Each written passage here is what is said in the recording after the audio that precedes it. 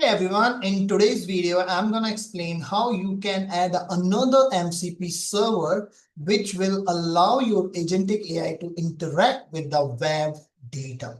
And that is the most important thing which we want to provide to our agentic AI because that actually makes our agentic AI most intelligent tool to just perform any task, whatever we are going to give to our agentic AI. As you can see on my screen, right? Just assume if I just ask, my agentic AI to do this activity, which says, identify your top spending customer based on the total number of their orders. Basically, what we are saying now, you have to go to the database, try to figure it out who is your top spending customer. Once you have their name, search the web for the famous landmark in their likely country of origin and write a welcome message for them in this particular file mentioning this landmark, right? So if you just think about this task, right, you have to do a lot of manual search, right? So first you have to go to the database, then you have to look for, to which country, that person belongs to, and then you have to figure it out how you have to create the welcome message.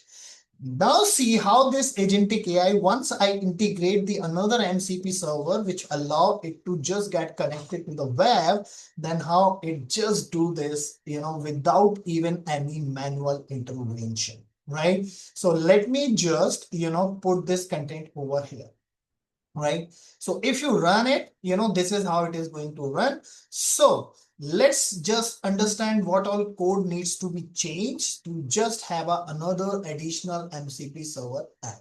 Right. If you haven't watched my previous video, I would highly recommend you to watch that because in the previous video, I explained how we can add another MCP server, which actually allow agentic AI to interact with the database, right? So what you need to do is you just need to add another, MCP server. The code is pretty much same. The only difference here is now we are utilizing the SerpApi because we are using a SerpApi, which actually allow us to, interact with the search engine result. So for example, like we wanted to just search at Google. So we just use this SerpApi. We just provide an API endpoint through which we can interact with the Google search engine. So that is the capability which we are going to integrate with this MCP server, right? So all this code like importing, this server library is same. The only difference here is now we are just extracting a SerpApi key from my environmental file.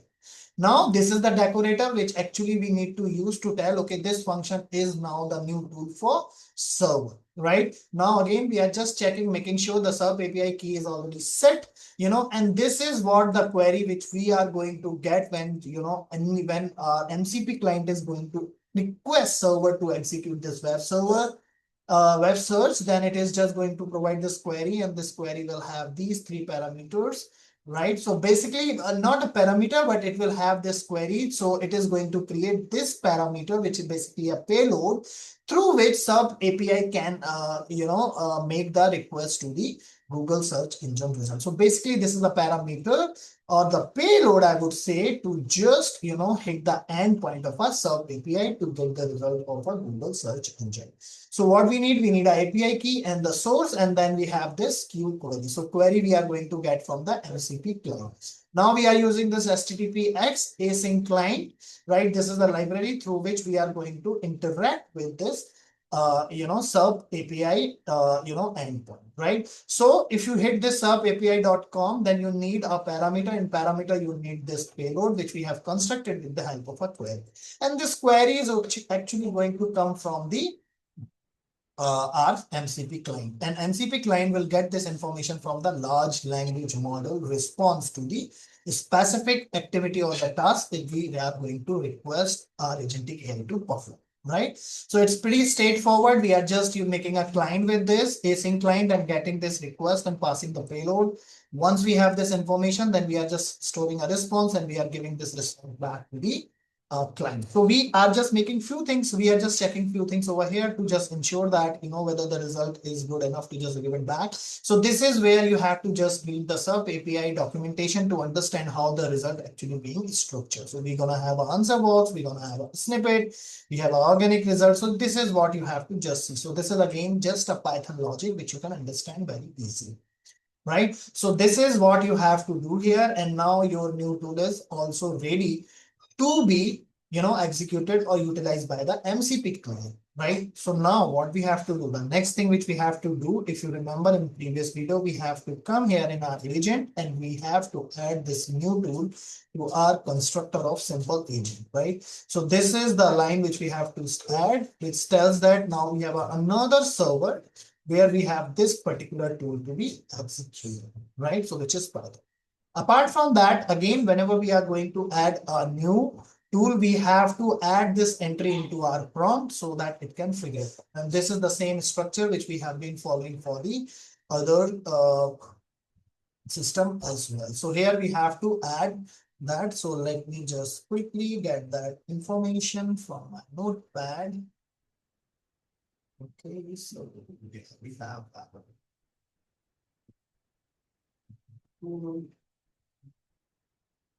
Okay, so we have this information which we need to add here.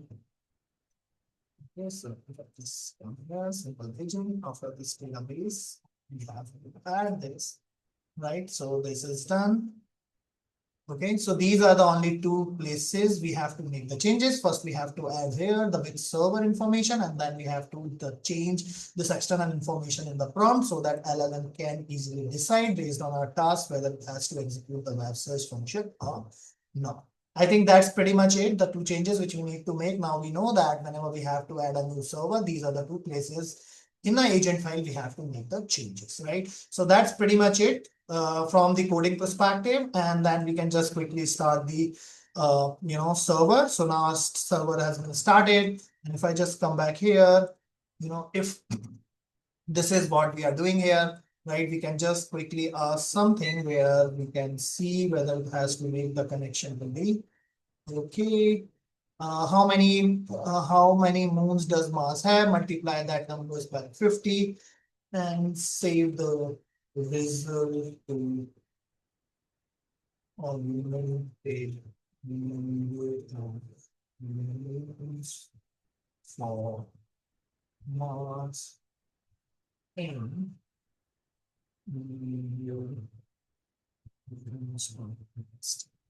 right? Then we can go to progress, right? Okay, so in the meantime, and it is going to take some time, so let me just explain a very interesting thing which I figured out and which will give you the sense how intelligent these agentic AI is, and there is no need for any human intervention, and now it's completely your innovation and creativity, like I mean how intelligently you can use these tools. As I showed you, this is the example, right? First, it has to identify which is the top spending customer in your database, right? And then it has to figure it out, I mean, for which location, it belongs to the country basically, and then it has to write the welcome message and store that into this particular, right? So when I requested this for the very first time, right, what it does, right? It just figures it out whether, it can create this, file or not. Then it figures out, then it needs to know the which country this customer belong, and for finding that it has to figure it out the name, right? To figure out the name, he has to go to the database and figure it out,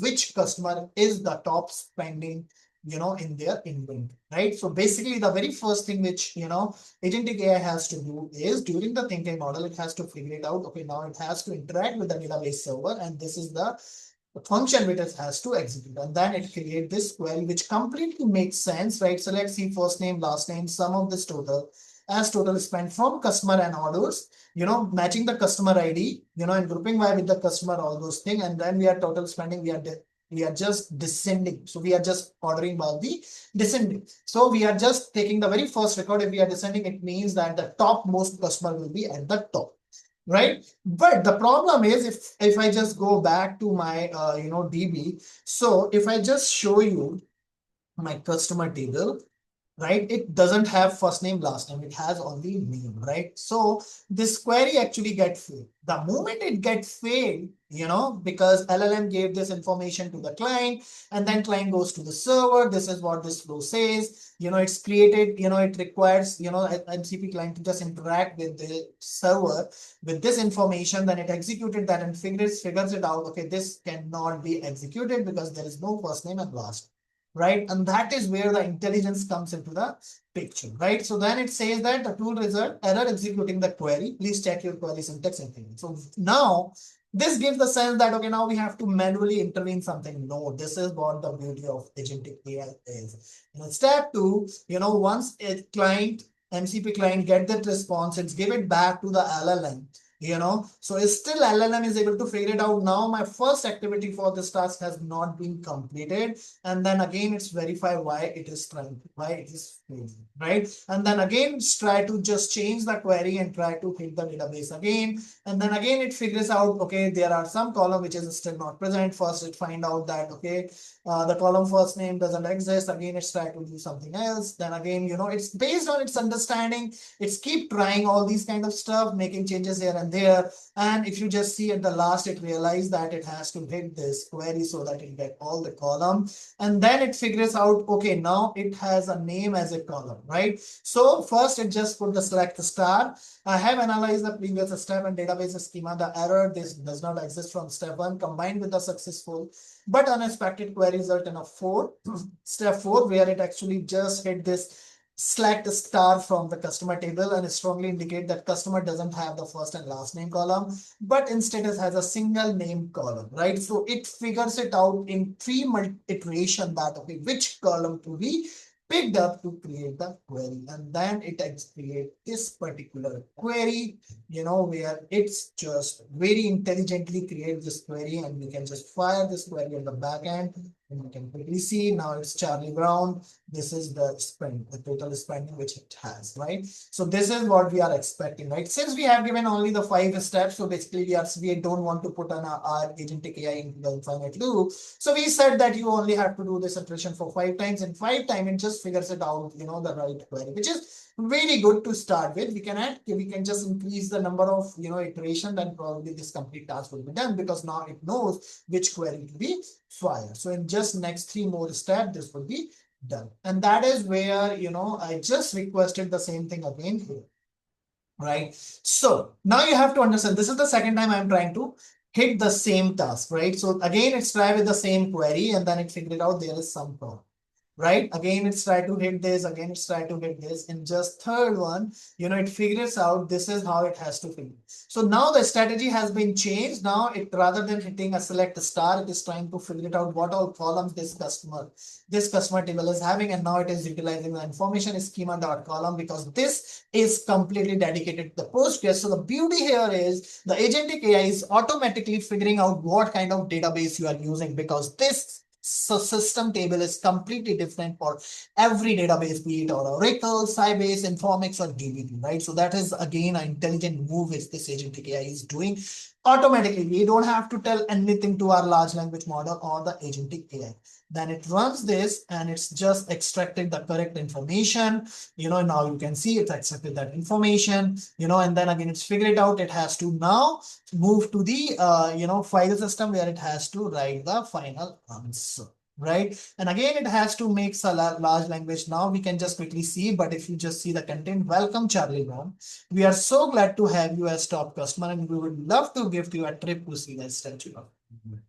So basically, then once it has this information, it's trying to figure it out which country it belongs to. And then it just figured it out, okay, it belongs to New York. That's the reason it is giving this. But see, everything is happening by agentic AI. We don't have to do anything. All we need to do is to just give the task, and it is going to just execute that. Now, if we come back here to our original task, it's a very simple one. First, it has to make the request to the web search. Now it is just making a request to this web to figure it out how many moons we have. So it seems like it just figures out it has 2 moons, and then it is just fitting with the 50, and then we are just getting the final output. So we can just come back here and we can just quickly see this is the welcome top customer one, okay, which is good, and which file we requested a number of marks. We can quickly see how many numbers of marks we have, number of marks, right? This is what we are expecting to happen, right? Cool. So that's it from my side for this particular video. So now you would be able to understand how intelligent these agentic AI are and how it is helping us to make our day-to-day work, you know,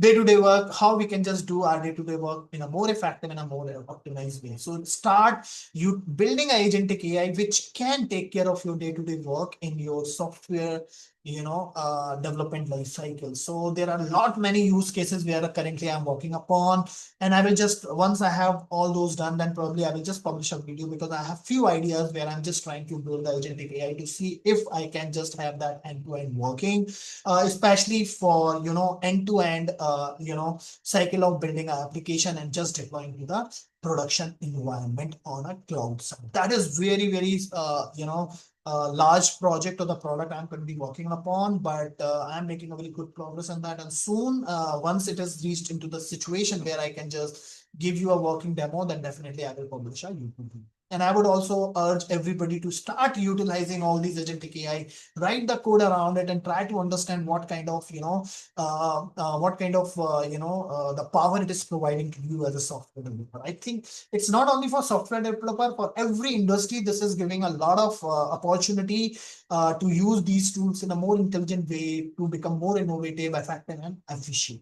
Right. So that's it from my side for this particular video. If you have any feedback or suggestion, or if you want me to just include any other new, MCP server, just give that into the comment section. I would love to increase. I'd love to increase, the another MCP server which can make my agentic AI more intelligent. And one more thing, if you really like this video, give a thumbs up. And if you haven't subscribed for my channel, please subscribe for my channel as well. And thanks for watching this. And as always, stay healthy, keep learning new things, and please start utilizing the AI tools as much as possible.